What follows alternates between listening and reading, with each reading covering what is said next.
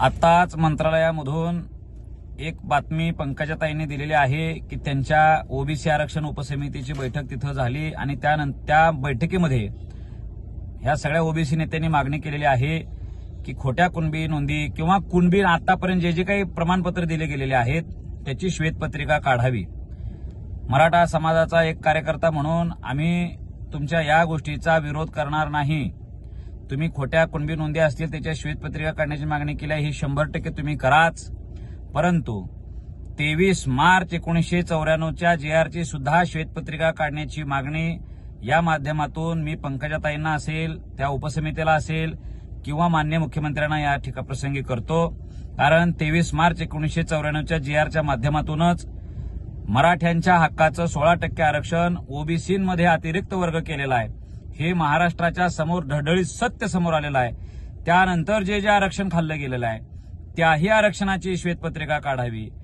तो JR कोणत्या आयोगाच्या आधारे काढला गेला, त्यासाठी कुठल्या गोष्टींचा आधार घेतला गेला, ह्या गोष्टी महाराष्ट्राच्या समोर येणं गरजेचं आहे। सन्माननीय पंकजा मुंडेंनी त्याही संदर्भानं निवेदन करावं। 23 मार्च 1994चा JR हा कशा पद्धतीनं अन्यायकारक पद्धतीने राबवला, मराठ्यांचा हक्क कशा पद्धतीने हिरावला गेलेला आहे हे त्यातनं येणार आहे। म्हणून माननीय मुख्यमंत्र्यांना माझी पुन्हा एकदा विनंती आहे की 23 मार्च 1994ची श्वेतपत्रिका काढा। दुसरी गोष्ट त्या म्हणाल्या की मराठा समाज हा राजकीयदृष्ट्या पुढारलेला आहे, असं त्यांचं म्हणण्याचा अर्थ आहे। ओबीसी आम्ही राजकीयदृष्ट्या अजूनही मागास आहोत असं त्या म्हणाल्या।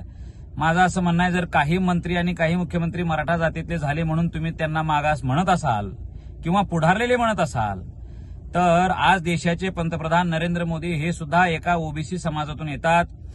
आजपर्यंत मराठ्यांचा एकही प्रधानमंत्री झालेला नाही आणि ओबीसींचा झालेला आहे।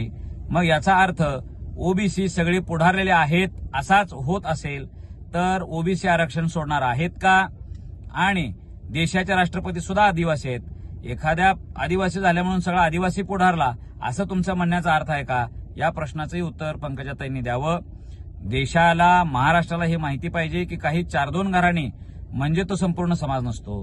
मराठा समाज हा 90-95% गरीब आहे, त्यातले काही प्रस्थापित असतीलही आणि ओबीसीमध्ये तुम्ही सुद्धा प्रस्थापित आहात।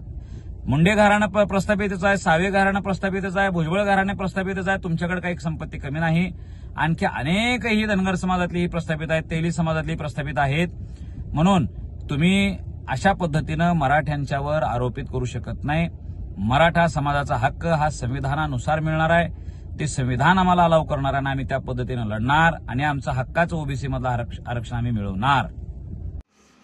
कुणबी प्रमाणपत्रांचं श्वेतपत्रिका काढा, पंकजा मुंडे यांनी हे विधान केलं आणि त्यानंतर असं बोलण्यात येत आहे की 1994चा जो JR निघण्यात आला त्यानंतर ज्या ओबीसी आरक्षणाचे लाभार्थी आहेत त्यांचे पण श्वेतपत्रिका काढा अशी मागणी योगेश केदार जे वकील आहेत यांनी केलेली आहे। त्यामुळे एक नवीन वादाला आता तोंड सुटलेलं आहे।